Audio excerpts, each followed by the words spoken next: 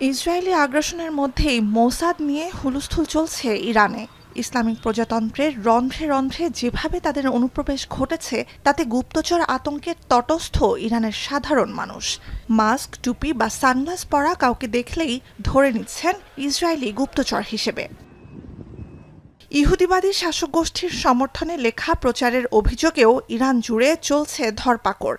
মধ্যাঞ্চলীয় ইস্পাহান শহর, যেখানে একটি পারমাণবিক কেন্দ্রে হামলার দাবি করেছে ইসরায়েল, সেখানে গ্রেপ্তার করা হয়েছে অর্ধশতাধিক মানুষকে।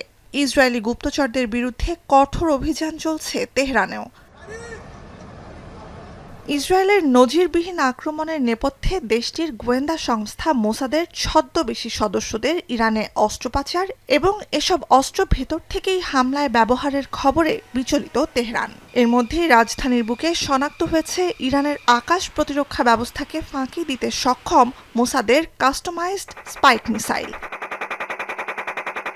ইরানি গোয়েন্দাদের তথ্য অনুযায়ী fire and forget anti tank guided missile বা সংক্ষেপে এটিজিএম ধর্মী spike missile launcher remote controlled সিস্টেমে পরিচালিত এবং এতে রয়েছে ইন্টারনেট ভিত্তিক স্বয়ংক্রিয় যন্ত্রাংশ। এসব ক্ষেপণাস্ত্র একবার ছোঁড়ার পর লক্ষ্যে আঘাত হানতে দ্বিতীয় কোনো নির্দেশনার প্রয়োজন পড়ে না। এখানেই শেষ নয়, তেহরানে মোসাদ পরিচালিত একটি ড্রোন নির্মাণ কারখানা শনাক্তেরও দাবি করেছে ইরানি প্রশাসন।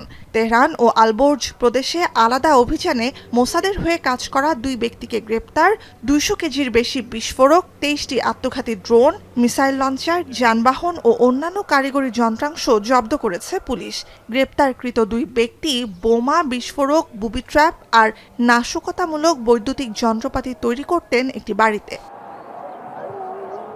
বলা হচ্ছে, ইরানের ভেতর থেকে দেশটিতে নাশকতার অভিযান সফল করতে গুরুত্বপূর্ণ স্থাপনায় বিস্ফোরক ভর্তি ছোট ছোট ড্রোন লুকিয়ে রেখেছিল ইসরায়েলি গুপ্তচর ও ইরানের রাষ্ট্রদ্রোহীরা।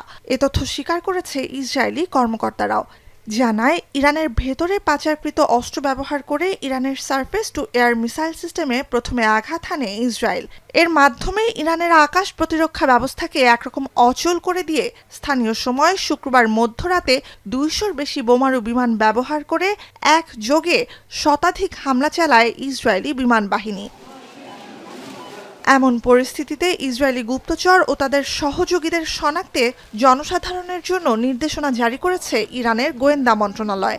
এতে মাস্ক বা গগলস বা টুপি পরিহিত ট্রাক চালক, সামরিক বা শিল্প ও আবাসিক এলাকার আশপাশে বড় ব্যাগ বহন করা বা ছবি ও ভিডিও ধারণকারী অচেনা ব্যক্তিদের বিষয়ে সতর্কতা অবলম্বনের কথা বলা হয়। কুরিয়ারের মাধ্যমে কাউকে ঘন ঘন পণ্য আনা নেয়া করতে দেখা গেলে, কোনো স্থাপনার ভেতর থেকে অস্বাভাবিক আওয়াজ শোনা গেলে, দিনরাত পর্দা দিয়ে কোনো বাড়ি ঢাকা থাকলে প্রশাসনকে সে বিষয়ে অবহিত করারও পরামর্শ দেওয়া হয়েছে।